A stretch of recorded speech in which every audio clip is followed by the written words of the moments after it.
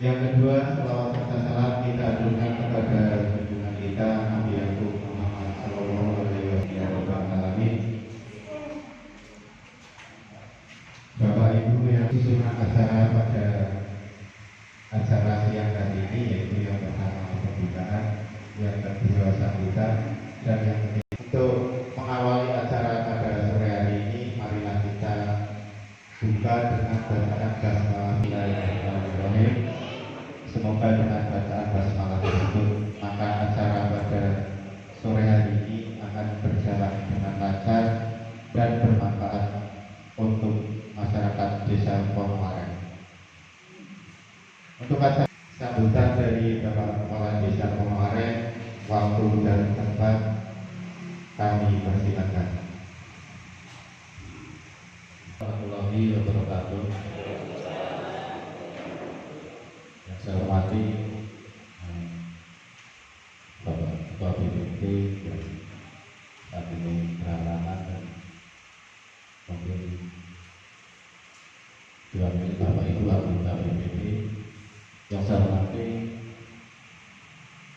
Bapak Ketua RT 1 sampai 12 dan Bapak Ketua RW 1 RW 2. Yang saya hormati ibu-ibu tim penggerak PKK Desa Ponoaren. Yang saya hormati rekan-rekan Karang Taruna dan hadirin sekalian yang saya hormati. Alhamdulillah rabbil alamin, puji syukur terkait anggaran dana desa tahun 2020 Desa Ponoaren yang peruntukannya sudah kita sebagian kita laksanakan dan ada beberapa perubahan yang harus dilakukan terkait edaran dari Menteri Desa Pembangunan Daerah Tertinggal dan Transmigrasi Republik Indonesia ya atas tentang perubahan ketiga atas Peraturan Menteri Desa Pembangunan Daerah Tertinggal dan Transmigrasi Nomor 11 Tahun 2019 tentang prioritas penggunaan dana desa tahun 2020. Bersama ini kami sampaikan beberapa hal sebagai berikut. 1. Dalam kondisi luar biasa karena pandemi COVID-19, dana desa hanya digunakan untuk BLT dana desa, desa tanda COVID-19, modal karya tunai desa, dan penggunaan dana desa penyaluran BLT dana desa merupakan prioritas utama. 2. Penggunaan dana desa untuk BLT dana desa harus disalurkan sampai dengan Desember 2020. 3. Kepala desa wajib melaksanakan penyaluran tersebut tepat waktu, transparan, dan dapat dipertanggungjawabkan. 4. Keluarga penerima manfaat BLT dana desa adalah hasil pendataan yang selanjutnya diputuskan dalam forum Desus. 5. Dana desa yang sudah digunakan untuk BLT dana desa sampai dengan Desember 2020 dan ternyata masih terdapat sisa, maka sisa dana desa dipergunakan untuk padatnya tunai desa sebagai bagian dari program pemulihan ekonomi nasional. 6. Hal-hal yang belum jelas dapat ditanyai melalui telepon, SMS, atau WhatsApp ke nomor sekian. Demikian untuk menjadikan perhatian dan dilaksanakan Menteri Desa Pembangunan Daerah Tertinggal dan Transmigrasi Republik Indonesia Abdul Halim Iskandar di tanda tangannya. Yang pertama yang perlu saya sampaikan bahwa BLT dana desa sampai saat ini sudah kita salurkan berarti 6 tahap atau 6 kali, yaitu dianggarkan dari dana desa tahap 1 dan tahap 2 40% digunakan untuk BLT dana desa sudah selesai, tinggal berarti nanti yang sisa dana desa 20% tahap 3 nanti kita karena dalam aturan ini harus dilaksanakan BLT sampai dengan Desember, berarti nanti kita tidak yang bisa dana bisa 20 bulan tersebut kita alokasikan juga untuk BLT. Oleh karena itu mungkin ada beberapa hal yang mesti kita ada perubahan. Untuk BLT tahap 1 sudah kita laksanakan, dan juga selain penggunaan BLT kita sudah laksanakan untuk program desa tanggap COVID-19 dan kemarin sudah dilaksanakan dengan adanya posko COVID dan posko karantina. Terus untuk padat karya tunai desa juga sebagian sudah kita laksanakan kemarin untuk pembangunan drainase dan tahun BLT 10, dan kemungkinan nanti sisa dari BLT dana desa yang sudah kita tahap 3 nanti belum kita terima, nanti sisanya untuk sesuai dengan musyawarah sebelumnya kita gunakan untuk pengaspalan RT 10, tapi itu juga kemungkinan tidak, karena harus di BLT dana desa ini harus disalurkan kembali, kemungkinan nanti tidak sampai ke lapangan, tapi mungkin sekitar 60%. Itu yang perlu kami sampaikan, karena dalam aturan menteri yang terbaru, kalau dalam aturan sebelumnya itu BLT dana desa dapat disalurkan sepanjang masih ada sisa untuk kegiatan-kegiatan lain. Tapi ini ada perubahan lagi bahwa BLT dana desa harus disalurkan sampai Desember, berarti sampai tahap 3 itu harus habis untuk BLT dana desa. Jadi nanti untuk pengaspalan mungkin akan berkurang volumenya. Itu yang pertama kami sampaikan. Terus untuk yang kedua, sesuai edaran Bapak Bupati kemarin memberitahukan bahwa untuk kegiatan dalam rangka kegiatan pencegahan dan penanganan COVID-19 itu nanti diadakan dari dana insentif daerah Kabupaten Batak. Itu tiap RT akan mendapatkan dana, ini perkiraannya 2.500.000. Itu berarti setiap RT harus syaratnya mempunyai rekening di Bank Jateng.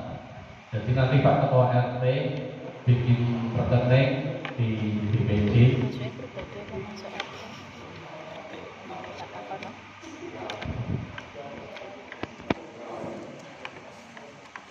Nah, untuk buktikan mereka juga sudah kita usulkan, jadi mungkin nanti butuh yang dibutuhkan mungkin SK KRT. Jadi Bapak Ketua RT nanti harus membuat buku rekening di Bank Jateng. Terus penggunaan dana insentif daerah yang untuk RT yang 2.500.000 itu juga nanti penggunaannya bersama-sama dengan PKK RT. Ini saya bacakan sebentar dari Ketua PKK Kabupaten Batak. Diberitahukan dengan hormat, dalam rangka penanganan dan pengendalian COVID-19 di Kabupaten Batak pada tahun 2020 melalui anggaran DID dan insentif daerah akan diberikan bantuan untuk RT se-Kabupaten Batak sebesar 2.500.000, di mana yang 1 juta akan dikelola oleh kelompok PKK RT yang diperuntukkan untuk pembuatan masker atau budidaya tanaman sayuran Sehubungan dengan itu dimohon bantuan Ibu Ketua PKK Kecamatan untuk memastikan bahwa semua kelompok PKK RT sudah dibuatkan SK oleh Kepala Desa sebagai syarat pencairan. Dengan melakukan koordinasi dengan Kepala Desa dan Ketua PPKK Desa. Adapun petunjuk pelaksanaan kegiatan dan lain-lain nanti akan dijabarkan dalam juknis yang saat ini sedang disusun oleh Disperman Desa Kabupaten Batang, dan insya Allah akan kita sosialisasikan di masing-masing kecamatan pada pertengahan Oktober 2020. Demikian pemberitahuan awal dari kami atas perhatian dan bantuannya serta kerjasamanya. Disampaikan terima kasih. Jadi nanti kalau ibu PKK untuk membentuk PKK RT, jadi nanti nama-namanya diserahkan ke desa untuk dibuatkan SK.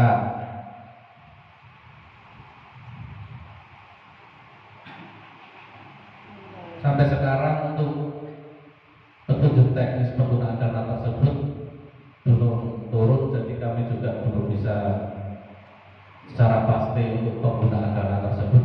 Tapi yang pertama tadi untuk segera Ketua RT untuk membuat anggaran dari divisi tersebut. Sudah jelas ya yang saya sampaikan tadi. Pak RT menjelas kok.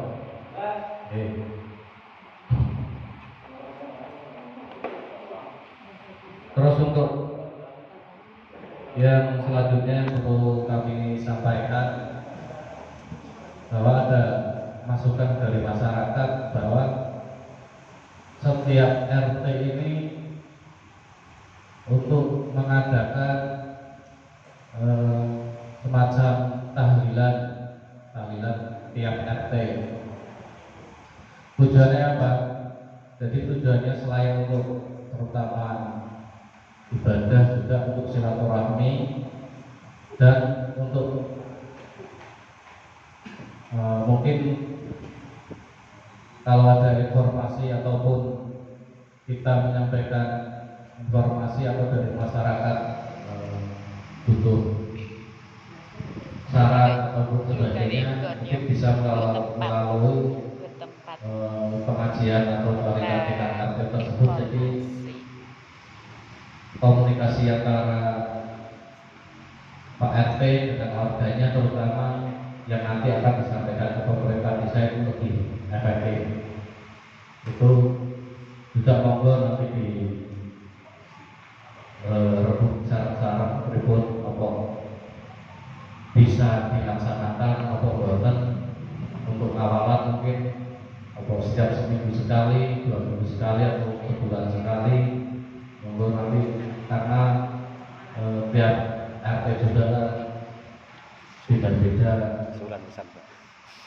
karakter masyarakatnya, jadi monggo nanti dianggap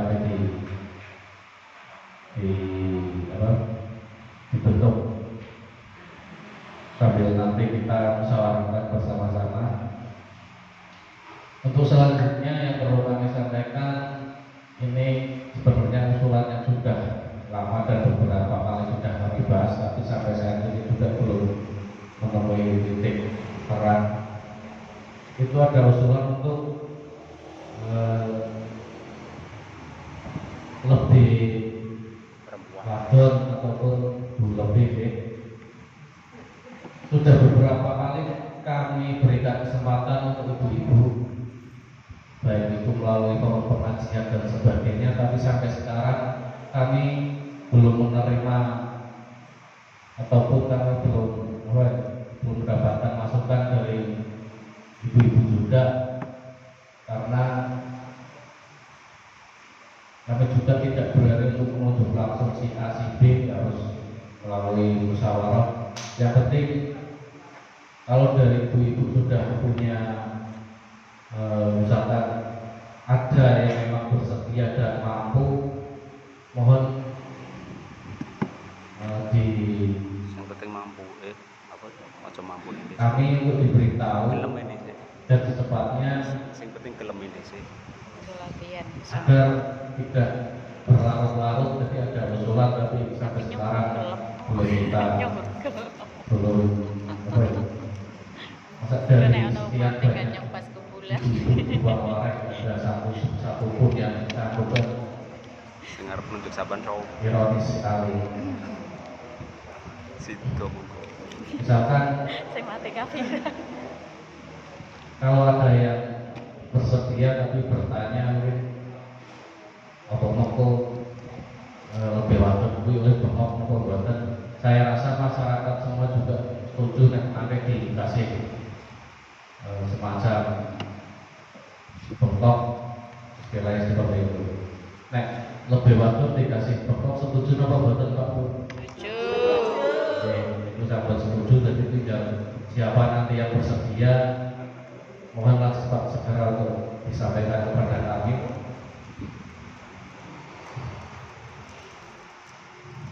Itu beberapa hal yang perlu kami sampaikan, nanti monggo di musyawarah bareng-bareng.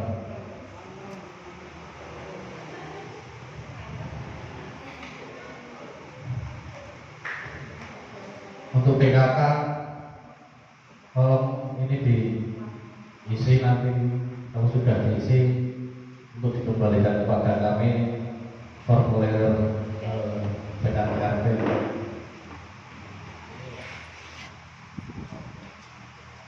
Ya, nanti koordinasi dengan ketua RT yang masuk dalam tim PKK RT itu siapa saja, itu berkaitan dengan anggaran yang akan diberikan dalam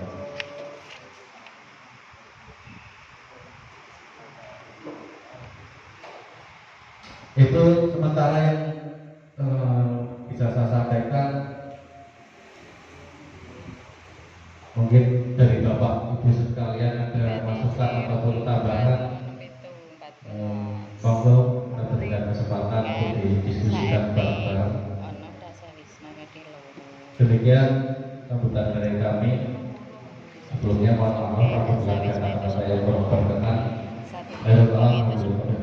Assalamualaikum warahmatullahi wabarakatuh.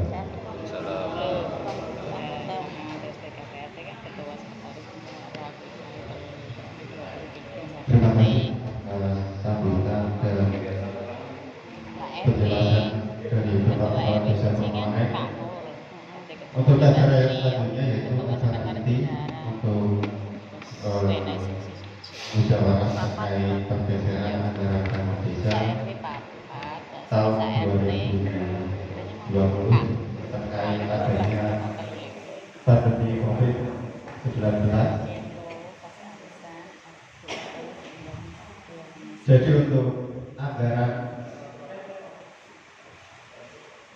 pembangunan desa Pemakai atau APBDes Desa Pemakai untuk saat ini itu sudah terjadi 2 kali perubahan. Yang mana yang pertama itu dilakukan di saat adanya himbauan bahwa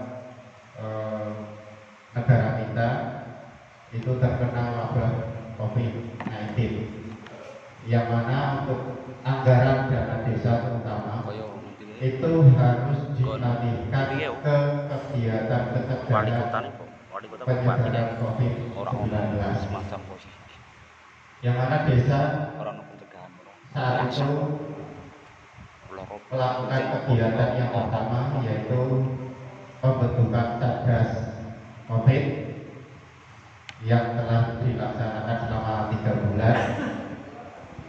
Yang kedua yaitu dibentuknya gedung karantina pencegahan penyebaran COVID-19, yaitu di gedung TPI selama 2 bulan, sehingga anggaran dari APBN yaitu terutama dana desa dan ADD, alokasi dana desa, yang mana untuk dana desa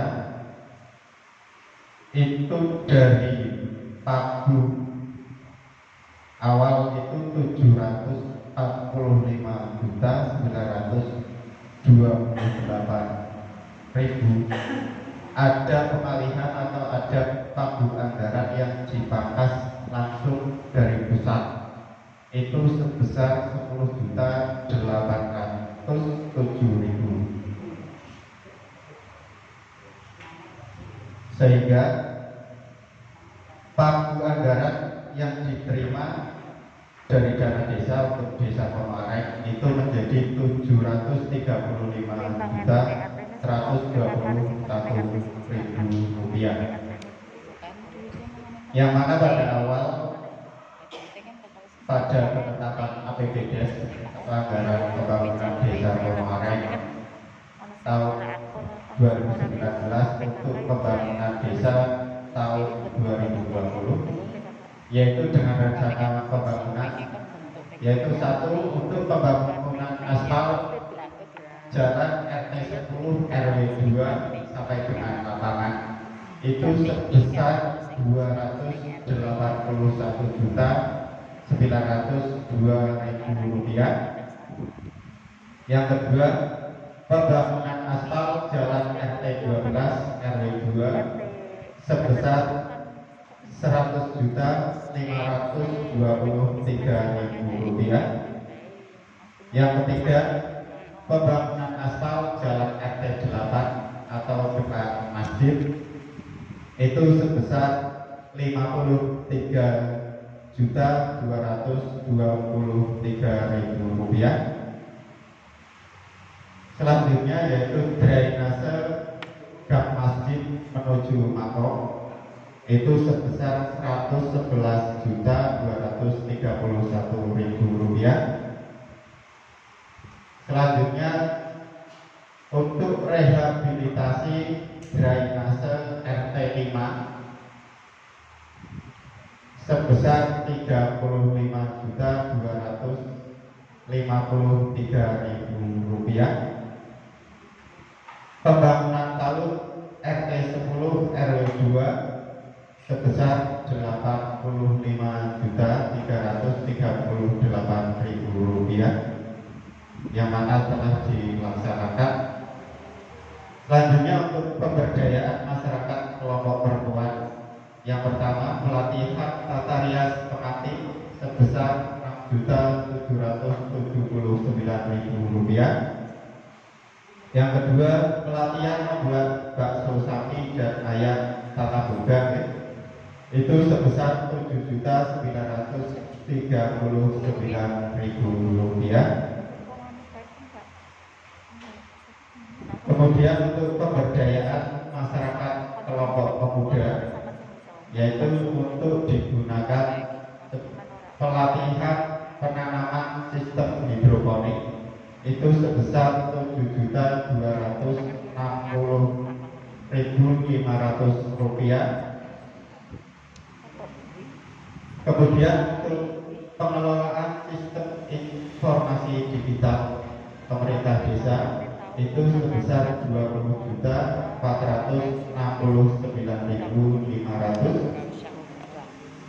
Untuk peningkatan kesejahteraan guru PAUD dan TNI itu sebesar 36 juta rupiah.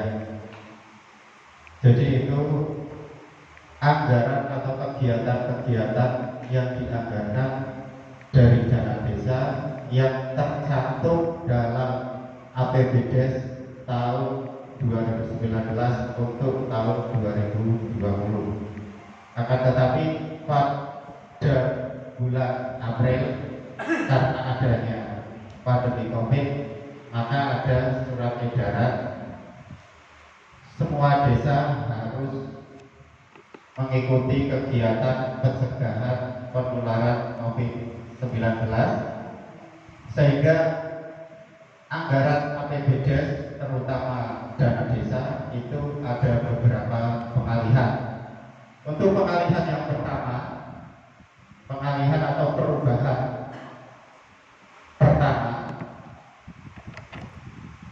untuk pembangunan aspal RT 10 RW 2 yang awalnya dianggarkan 281 sekian itu dialihkan sebagian, yaitu 51.613.500 rupiah, sehingga sisanya 230.298.500. Terus untuk pembangunan aspal jalan RT 12 itu semuanya dialihkan atau sama dengan di cancel. Jadi untuk pembangunan aspal jalan RT 12 itu di cancel, dilaksanakan di tahun 2020 ini, sehingga akan kemungkinan nanti dilaksanakan di tahun berikutnya atau 2021.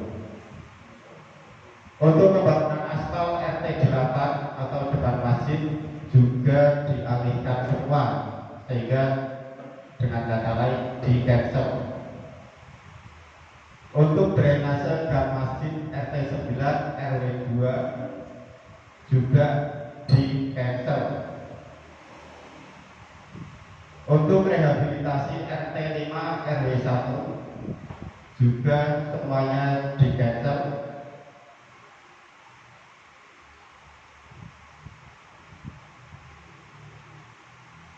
Sistem informasi digital yang awalnya dianggarkan 20.469.500 rencana kayak apa, Bu? kemudian dialihkan untuk penanganan COVID sebesar 14.649.500, sehingga sisa yang dilaksanakan itu 5.820.000 rupiah, yaitu dengan rincian untuk pembayaran levy dan BPN. Demikian adalah perubahan yang pertama. Ini tak komer. Sehingga dari perubahan tersebut maka dilaksanakan kegiatan yang pertama, yaitu BLT dana desa tahap 1. Tahap 1 itu berarti 1, 2, 3 dengan penerimaan sebesar Rp600.000 per orang per penerima, itu selama 3 bulan sejumlah Rp183.600.000. Kemudian untuk pencairan pada tahap 2 juga diwajibkan desa untuk melanjutkan sampai tahap 6 dengan nominal yang diterima yaitu 300.000 selama 3 bulan, sehingga desa sampai dengan saat ini telah menyalurkan dana desa yang diperuntukkan untuk BLTDD itu sudah 6 kali seperti yang tadi disampaikan oleh Bapak Kepala Desa. Selain untuk BLTDD, anggaran dana desa tersebut juga dialihkan untuk kegiatan posko satgas dan gedung karantina penanganan COVID-19 selama 3 bulan, yaitu dengan anggaran Rp80.286.000. Dengan adanya perubahan pertama itu kami dari pemerintah desa itu sudah merasa lega, akan tetapi pada tahap 3 karena sebetulnya untuk perubahan APBDes itu hanya bisa dilakukan 1 kali. Akan tetapi dengan adanya surat edaran dari kementerian yang tadi sudah dibacakan, maka nanti akan dilakukan perubahan APBDes dengan dasar perkades, yaitu hasil musyawarah desa khusus yang dilaksanakan pada hari ini, bahwa yang selanjutnya dilaksanakan di tahap 3, yaitu pembangunan aspal RT 10 RW 2 sampai dengan lapangan. Itu masih ada anggaran 118.225.200 rupiah. Akan tetapi dari surat edaran Kementerian Desa tersebut mengharuskan atau mewajibkan kepada desa